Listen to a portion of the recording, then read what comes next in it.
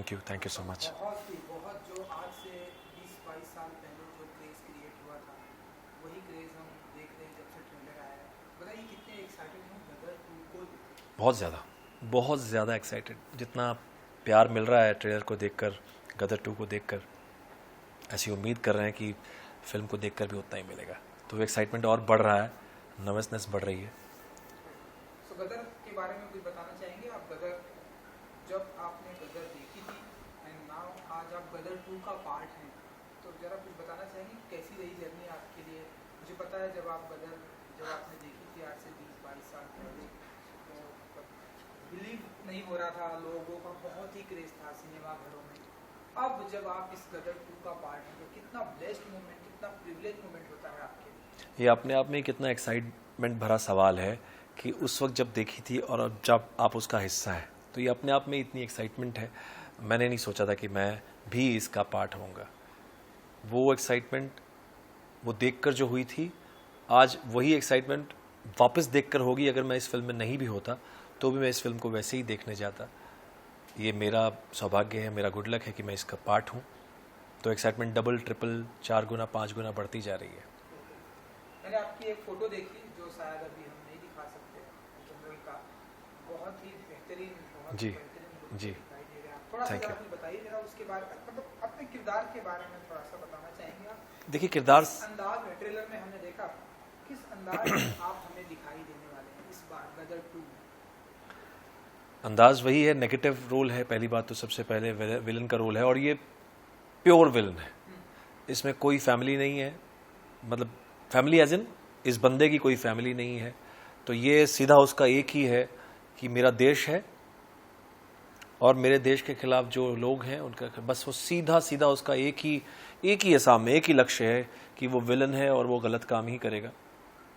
तो सबसे बड़ी बात तो ये है इस कैरेक्टर की। और इस रोल के बारे में मैं बहुत ज़्यादा नहीं बताऊंगा। ट्रेलर में आपने कुछ देखा ही है, कुछ पोर्शंस देखे हैं, लेकिन फिल्म में कुछ इस तरह की चीज़ें भी हैं जो इस कैरेक्टर के द्वारा कही गई हैं, तो वो बहुत ही अनबिलीवेबल हैं, बहुत ही अलग है। मैंने आज तक नहीं देखा। कुछ एक चीज़ें ऐसी भी हैं जो आपको देखने को मिलेंगी। नेगेटिव रोल को लोगों ने बहुत ही लोग पसंद करने लगे हैं। टाइम बहुत ही चेंज हो गया है। जी, जिस तरह से नेगेटिव रोल को लोग अप्रिसिएट कर रहे हैं, जिसमें आप पिछले कई एक सालों से हम देख रहे हैं, तो अब आप कैसे देखते हैं इस नेगेटिव रोल को? बहुत ही तारीफ होने लगी है आप। ये मेरे लिए बड़ी खुशी की बात है कि तारीफ़ मिलने लगी है। तारीफ़ तो हमेशा मिलती रही है। कैरेक्टर को हमेशा इसलिए अवार्ड्स में दिए जाते हैं, विलन कैटेगरी को, और चीज़ें भी होती हैं। हाँ, लोग अब जिस तरह आप जैसे बता रहे हैं कि लोग अब विलन्स को भी उतना ही पसंद करने लगे हैं, जबकि पहले चप्पलें, जूते, गालियाँ पड़ती थी। हाँ, तो ये मेरे लिए इस वक्त खुशी की बात है। एट द सेम टाइम मैं ये सोचता हूँ कि कहीं ना कहीं मुझे थोड़ी सी गाली पड़ जाए तो ऐसा फील होगा कि मैंने विलन के किरदार में सही किया। नॉट एज एन एक्टिंग कि मुझे वो गालियाँ मिले, ये गालियाँ उस रोल के लिए, उस किरदार के लिए मिले कि एक खतरनाक, एक खूंखार किस्म का इंसान है जो इस तरह का नहीं होना चाहिए। अमरीश पुरी जी गदर का पार्ट रहे हैं और बहुत ही तारीफ हुई है उनकी हर फिल्म में, चाहे वो बिल्कुल, दूसरी फिल्म की। बिल्कुल। गदर 2 में अब आप हैं, रिस्पॉन्सिबिलिटी आपको मिली है, तो कैसे देखते हैं कि उनकी, मतलब जब आप शूटिंग कर रहे थे तो क्या आपके दिमाग में एक बार भी आया कि सर की कमी मैं कहीं खलने नहीं दूंगा? नहीं, ऐसा तो मैंने नहीं सोचा कि उनकी कमी नहीं खलने दूंगा। मैंने अपने किरदार से बिल्कुल न्याय करने की कोशिश की। उनको तो कोई टच नहीं कर सकता, उनको तो कोई छू नहीं सकता। वो एक अलग वो हैं, मैं उनको प्रणाम करता हूँ हमेशा। मैंने अपनी इस कैरेक्टर के थ्रू ये कोशिश की कि मुझसे कोई गलती ना हो, जहाँ ये बात आ जाए सब पर कि अरे यार किसको कास्ट कर दिया यार, कहाँ किसको कास्ट किया था पहले, कहाँ फिल्म थी गदर और कहाँ गदर 2 बना दी, इसमें तो कोई क्या ले लिया आपने। तो मेरे मन में ये एक नर्वसनेस, ये एक डर ज़रूर था, और रिस्पॉन्सिबिलिटी डेफिनेटली डबल ट्रिपल थी मेकर्स पर भी कि अब वो किसको लेकर आ रहे हैं। तो मेरे पर ज़्यादा थी कि वो मेरे पर इतना बड़ा, आप कह सकते हैं, जुआ खेल रहे हैं। जब आप ये फिल्म देख रहे थे, गदर जब आप देख रहे थे जी, अमरीश पुरी जी को जब आप देख रहे थे, क्या कुछ आपके दिमाग में चल रहा था? क्या कुछ था आपके दिमाग में, कुछ उनके लिए, उनको लेकर? बहुत, मतलब मुझे भी सच में गुस्सा आया था। मैं अपने जब आज से 22 साल पहले, या मैंने अभी वापस फिल्म देखी और बीच में भी जब मर्जी फिल्म हम देखते रहते हैं। और गदर तो मैंने बीच में बहुत बार टीवी पर भी और OTT पर भी, ZEE5 पर भी है तो भी मैंने देखी। तो हमेशा ऐसा लगता है यार ये किरदार किस तरह का इंसान है यार। वो ऐसा कैसे हो सकता है कोई इंसान जो अपनी बेटी को, ठीक है मैं मानता हूँ कि अपनी बेटी से प्यार करता है, इसका मतलब ये नहीं कि वो उसका परिवार उजाड़ देगा, उसके परिवार को ख़त्म कर देगा। तो डेफिनेटली वो गुस्सा उस कैरेक्टर के लिए, अमरीश जी की जो एक्टिंग है, जो उनकी प्रतिभा थी, वो अनबिलीवेबल है, वो अनमैचेबल है। वो कैसे आपको फील नहीं होने देते कि वो अमरीश पुरी हैं, आपको लगेगा कि वो अशरफ अली हैं। तो ये बहुत बड़ी बात होती है कि आप भूल जाते हैं कि वो पहले क्या हैं, आप लगता है कि आप उसी किरदार को मान रहे हैं कि यही वो किरदार है। सनी पाजी के साथ में आपने काम किया इस फिल्म में गदर 2 में, कैसा रहा एक्सपीरियंस, कुछ बताना चाहेंगे? सकीना, सनी पाजी।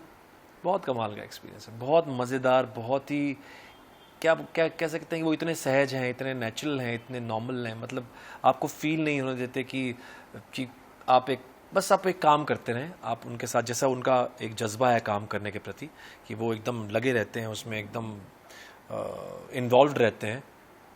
किस तरह उस चीज़ के बारे में सोचते हैं, क्या सोचते हैं उस कैरेक्टर को लेकर, फिल्म को लेकर। वो सिर्फ अपने लिए नहीं सोचते हैं, वो पूरी फिल्म को लेकर सोचते हैं। ये सबसे बड़ा पॉइंट है कि पूरी फिल्म, जैसे मैं आपको मिसाल दूं तो क्रिकेट की दे सकता हूं। किसी एक बल्लेबाज या एक बॉलर से आप मैच नहीं जीत सकते हैं कि उसने 6 विकेट ले ली, 7 विकेट ले ली, या उसने 200 रन बना दिए तो आप मैच जीत जाएंगे, नहीं हो सकता। तो आपको बाकी किरदारों को, बाकी जो प्लेयर्स हैं उनको भी उतना ही इन्वॉल्व रहना होगा, उतना ही देना पड़ेगा, तब तो आप मैच जीत पाएंगे। जैसे हम मैं गदर के लिए हमेशा बोलता हूँ कि इंडिया पाकिस्तान का मैच जिस तरह से होता है ना, बस ये वही है। तो इंडिया पाकिस्तान मैच जिस तरह से वो आप कैसे लगे रहते हैं हर कोई कि काम करना है, दोनों तरफ, दोनों टीम्स, कि कुछ करना है, कुछ जीतना है। तो बस यही है हमारी फिल्म को, सनी पाजी को लेकर भी, कि सनी पाजी हमेशा एक फिल्म को, हमेशा अपने साथ अपनी फिल्म को लेकर सोचते हैं, जिसकी वजह से वो फिल्म बड़ी मज़ेदार और अच्छी लगती है। आपने बताया कि गदर आपने तकरीबन कई बार देखी, बहुत बार देखी। आपका फेवरेट वो सीन क्या था गदर को लेके जो ये बात मैंने उनसे भी शेयर की थी, अनिल जी से भी और सनी पाजी से भी, कि जब मैं वो रेलवे लाइन पर वो सकीना के साथ जा रहे होते हैं और पीछे जो लोग उनके पड़े होते हैं और वो कहते हैं कि तलवार की खींचते हैं और मांग भरते हैं, ले अब हो गई सिखनी। मतलब वो गूज़बम्स वाला सीन है, मैं बताऊँ। वो मतलब अब जब देखते हैं तो ये जब पहली बार देखा था तो ओह माय गॉड, मतलब ऐसा भी कुछ हो सकता है। ये क्या थॉट है राइटर का, क्या थॉट है डायरेक्टर का, क्या परफॉर्मेंस की है उन्होंने। ये मेरे लिए हमेशा एक अलग चीज़ है वो। हालांकि कितनी सिंपल है, वो रेलवे लाइन है, वहाँ लोग आ रहे हैं पीछे से और वो उसी की तलवार से अपना अंगूठा रगड़ते हैं और खून आता है और मांग भर देते हैं, ले अब हो गई सिकनी, कहाँ से रही अब मुसलमानी। कमाल चीज़ है वो। ऐसे बहुत सारे मोमेंट्स हैं गदर में, पहले वाली गदर में, जहाँ हैंडपंप ऑफ कोर्स सबको पता ही है।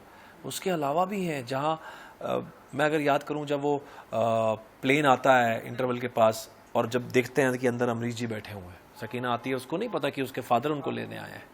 तो ऐसी बहुत सारी चीज़ें हैं। तो हर बार आपको एक अलग फील, अलग मज़ा, अलग चीज़, खासकर जब ट्रेन आती है, सबसे पहला शुरुआत जो होती है जब ट्रेन आती है और जिसमें कटे हुए लोग हैं, मारे हुए लोग हैं, कैसे सोचा, मतलब ठीक है वो हुआ था, लेकिन उसको कितना अच्छा, कितना खूबसूरती से पिक्चराइज किया उसको। डायरेक्टर का काम, राइटर का काम, एक्टर्स का काम, एवरीथिंग, सेटिंग, यानी set department, art department, mind blowing. अभी होपफुली गदर 2 में भी आपको ऐसी कुछ चीज़ें देखने को मिलेंगी जो सच में, मतलब मैं भी जब देखता हूँ, ये नहीं कि मेरी फिल्म है, मैं आपको बता रहा हूँ, क्योंकि मैं उस फिल्म का हिस्सा हूँ तो आपको लगेगा शायद बढ़ा चढ़ा कर बोल रहा है, लेकिन कुछ जगह, बहुत जगह ऐसी हैं जहाँ गूज़बम्स आते हैं, मज़ेदार आते हैं। आपसे स्क्रिप्ट नहीं, बिल्कुल नहीं जानना चाहूँगा, जी, जानना चाहूँगा वो ऐसे कौन से सीन्स होंगे जिसके लिए पब्लिक थिएटर में बहुत ही क्रेजी वाला। ऐसे बहुत सारे सीन्स हैं, बहुत सारी जगह हैं, आपको लगेगा ओ, ऐसे मुंह से ओ निकलता है, कई बार शायद आवाज़ ही ना निकले, कई बार रिएक्शन होता है कि ज़रूरी नहीं कि आप उस टाइम तालियां बजाएं या रोएं या हंसें, आपको लगता, आप सिर्फ ऐसे स्तब्ध रह जाते हैं देखते हुए कि ओह ऐसा भी हुआ, ऐसा भी हो सकता है। तो ऐसी बहुत सारी मोमेंट्स हैं, ऐसे बहुत सारे मोमेंट्स हैं और बहुत सारी जगह हैं जहाँ मुझे भी फील होती है कि अरे बाप रे, ऐसा भी कुछ है फिल्म में। मैं डिस्क्लोज नहीं कर सकता, आई एम सॉरी।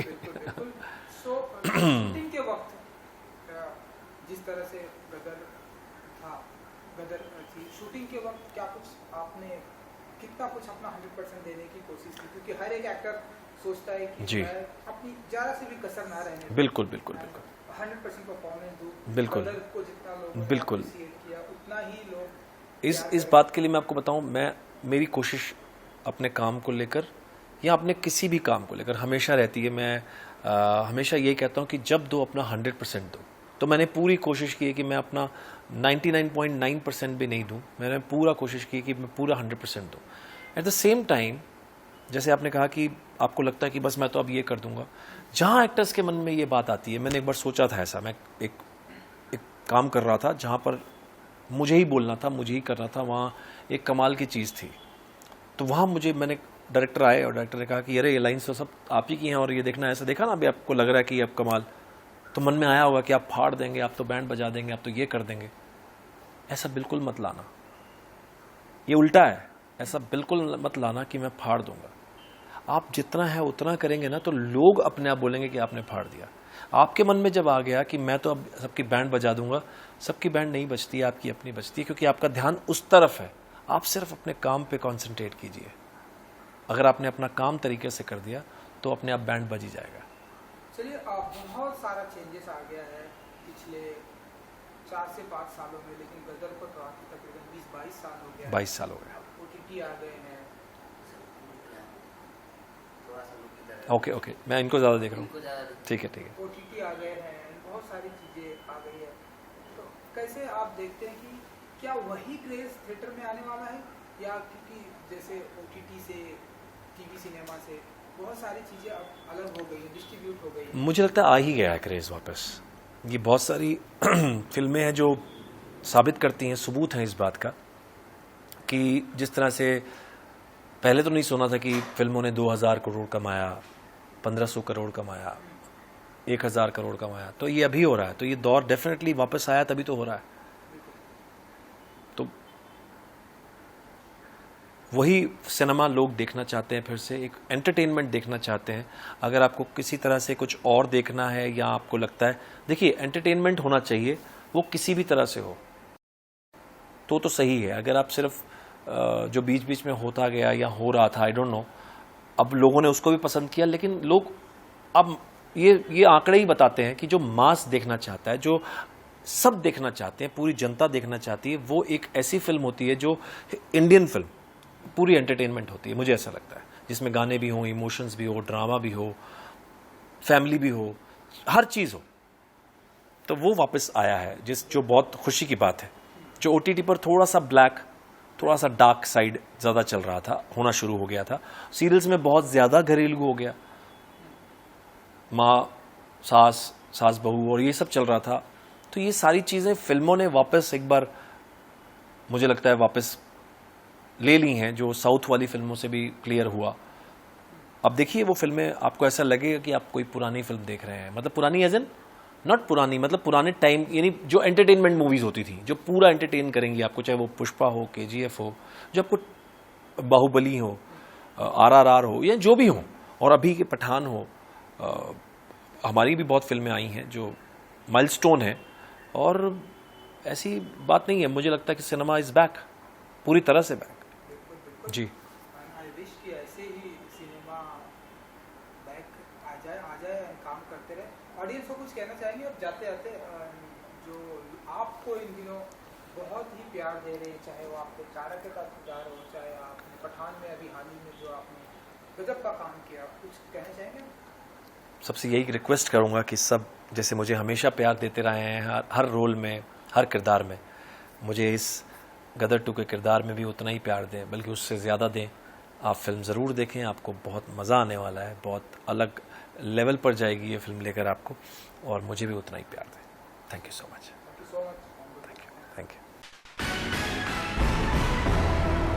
हो गए, एल्विश हो गए, जिया हो गए, जो अभी मतलब गेम में दिख रहे हैं, जैसे दिन नजदीक, फिनाले नजदीक आ रहा है, उस पे क्या आपका राय देना चाहेंगे आप? देखिए, हम सभी बच्चे अपने भारत के हैं, अपने घर के हैं।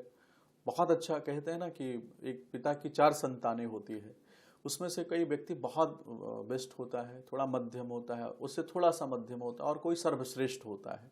सर्वश्रेष्ठ तो एक ही होता है।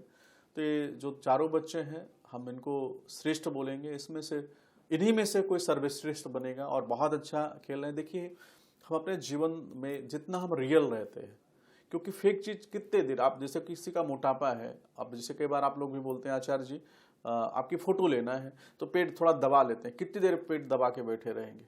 तो कहीं ना कहीं से हम जितने रियल रहेंगे, जितना हम अच्छे रहेंगे, उतना ही हम लोगों के हृदय में हम रहेंगे। लेकिन अगर हम रियल नहीं हैं तो हमारे जीवन में हम क्या देखते हैं कि असफलता परेशानी का युग बनता है। आपके माध्यम से समझाना चाहते हैं, उसमें देखिए एनर्जी किसकी लगी है। सलमान भाई इस शो को कर रहे हैं तो और हिट होना ही है।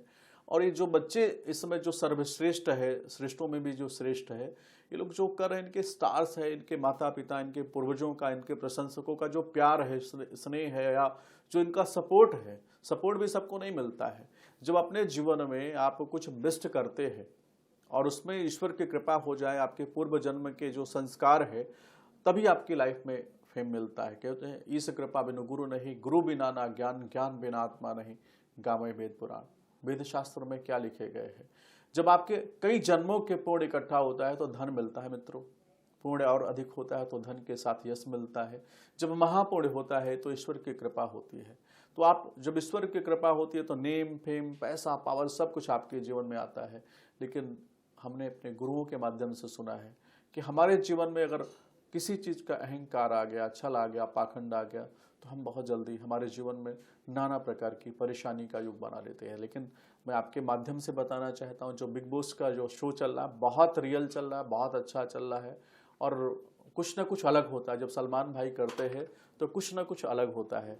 तो ये जो चारों बच्चे कर रहे हैं, कुछ ना कुछ अलग होने वाला है और टॉप 4 में ये सब रहने वाले हैं और इसी में से कोई ना कोई सर्वश्रेष्ठ बनने वाला है। पंडित जी, जैसे कि आपके पास जब कोई आता है, समस्या लेके आते हैं, उसमें आप एक समाधान भी देके उन्हें भेजते हैं। तो जब इन चारों में से इन चारों को आप क्या एक समाधान देना चाहेंगे अपने जीवन में भी, ताकि उनका करियर बहुत अच्छा चले और अच्छी चीजों पे वो फोकस कर सके? देखिए, हमारे पास तो जितने बच्चे आते हैं उनको सबको हम ज्योतिष आपको समझाना चाहते हैं। बच्चे की लाइफ में आपके ज्योतिष क्या करता है। ज्योतिष आपके जीवन का एक दर्पण है, आपके जीवन की एक एक्सरे मशीन है कि आपके बॉडी के अंदर, आपके शरीर में कोई रोग है, व्याधि है, कोई परेशानी है तो उसको इंगित कर देता है, बता देता है। उसी प्रकार से ये जो हमारी जो परंपरा है, हजारों वर्षों पुरानी परंपरा है और वेद के माध्यम से जो ज्योतिष शास्त्र की उत्पत्ति हुई है। ज्योतिष आपके जीवन में कर्म अधीन विश्व करी राखा, जो जस करे सो तस फल चाखा। जो कर्म के अधीन आपके जीवन में आपकी फल की रचना होती है। अब उस फल आपके जीवन में प्राप्त हो गया, जैसे आपने एग्जाम दे दिया, एग्जाम में आपके कुछ नंबर कम आ गए और आप फेल हो रहे हैं या आप फेल होने वाले हैं, तो उसी की तैयारी कौन कराता है? आपके टीचर कराते हैं, आपके माता पिता कराते हैं, या आपके भाई बहन जो श्रेष्ठ होते हैं वही कराते हैं। तो जो ज्योतिष शास्त्र भी आपके जीवन में जो कोई व्याधि आने वाली है, कोई परेशानी आपके जीवन में आने वाली है, या आपके कर्म के आधार पर कोई कष्ट मिलने वाला है, तो उस कष्टों से आपके जीवन में आपको राहत प्रदान करता है, मार्ग बताता है। बरसात हो रही है तो माँ क्या बोलती है, बेटा एक छाता लेके जाइएगा, नहीं भीग जाओगे। तो उसी प्रकार से गुरु भी आपके जीवन में जो ज्योतिषाचार्य होते हैं, जो टीचर होते हैं, एस्ट्रो गुरु होते हैं, आपके जीवन में इमोशंस डिसबैलेंस हो रहा है, बिजनेस में डिसबैलेंस हो रहा है, या कैरियर में कुछ प्रॉब्लम आने वाली है, या हेल्थ में कुछ प्रॉब्लम आने वाली है, तो एक आचार्य क्या करता है कि आपकी पत्रिका के उन ग्रहों का विश्लेषण करता है और वह ग्रह ही आपको इंगित करते हैं कि आपके जीवन में बिना कारण के कोई रोग नहीं मिलता है, बिना कारण के कोई आपके जीवन में भाग्यहीन दोष नहीं बनता है, बिना कारण के आपके कैरियर में प्रॉब्लम नहीं आती है। तो उस कारण को ज्योतिष शास्त्र ढूंढता है कि अगर चलो उदाहरण के तौर पर आपका हेल्थ खराब है, आपकी तबीयत खराब रहती है, आप इमोशनल बहुत रहते हैं, एंजाइटी आपको बहुत रहती है, डिप्रेशन आपको बहुत रहता है, आपका मन अशांत रहता है, आपका मन कहीं लगता ही नहीं, सारे संसाधन आपके पास में है, तो उसमें उस कारण को ढूंढता है कि चंद्रमा मन सो जाता चक्षु सूर्यो न जायत। चंद्रमा आपका पीड़ित है, चंद्रमा आपका खराब है, तभी आपके मन में ऐसी हलचल चल रही है। अब चंद्रमा क्यों खराब होता है, उस कारण को जानना आवश्यक है। जब पूर्व जन्म में आपने माता का अपमान किया, माता को पीड़ा पहुंचाई है, तो विश्वास मानिए आपका चंद्रमा पीड़ित होकर के आपके जीवन में मन की शांति को छीन लेता है, आपके जीवन में डिप्रेशन का योग बना देता है। तो उपाय, ज्योतिष शास्त्र सबसे पहला उपाय क्या बताता है? हम लोग गुरुकुल के पढ़े हुए बच्चे हैं, जो जितने भी गुरुकुल के पढ़े हुए बच्चे हैं, सबसे पहले वो संस्कार पे काम करते हैं। हम पूछते हैं कि आपके माता के साथ संबंध कैसे है? बोल देता है भैया थोड़ा माँ की बातें हमें अच्छी नहीं लगती है, माता के साथ में हमारे संबंध इतने अच्छे नहीं रह पा रहे हैं। तो ज्योतिष शास्त्र क्या बोलता है? अगर आप अपने मन के अंदर पीस चाहते हो, शांति चाहते हो, डिप्रेशन से बाहर निकलना चाहते हो, तो कल से ही आप अपनी माँ के चरणों को स्पर्श करिए। वो आशीर्वाद दे ना दे वो अलग बात है, लेकिन आपका चंद्रमा बलवान होगा। तो कर्म को ठीक करता है। कर्म के बाद क्या आता है? जब आपका संस्कार ठीक होगा तो कोई जप करेंगे, कोई तप करेंगे, कोई यज्ञ करेंगे, कोई रत्न धारण करेंगे, कोई भी कार्य करेंगे, उसका फल आपको प्राप्त होगा। लेकिन अगर आपने संस्कार नहीं ठीक किया, आपने माता का संबंध नहीं ठीक किया है, तो चंद्रमा आपका अच्छा नहीं हो सकता। ये तमाम विषय है। तो आप समझ गए कि ज्योतिष शास्त्र सबसे पहले आपके संस्कार को ठीक करता है, और संस्कार के बाद जो पूर्व जन्म का ऋण आपका है उसका प्रायश्चित करा देता है।